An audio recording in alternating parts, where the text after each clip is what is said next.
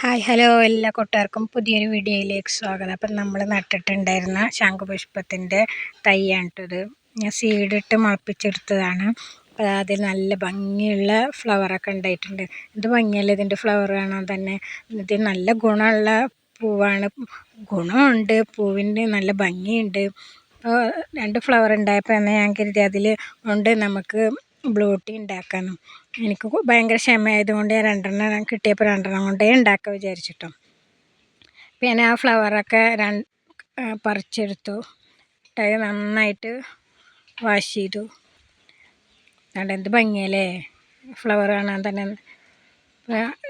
ഞാൻ പറിച്ചെടുത്ത് വാഷ് ചെയ്ത് അതൊരു പാത്രത്തിൽ വെള്ളം വെച്ച് അതിലേക്ക് ഞാനിത് ഇട്ട് കൊടുത്തു കേട്ടോ.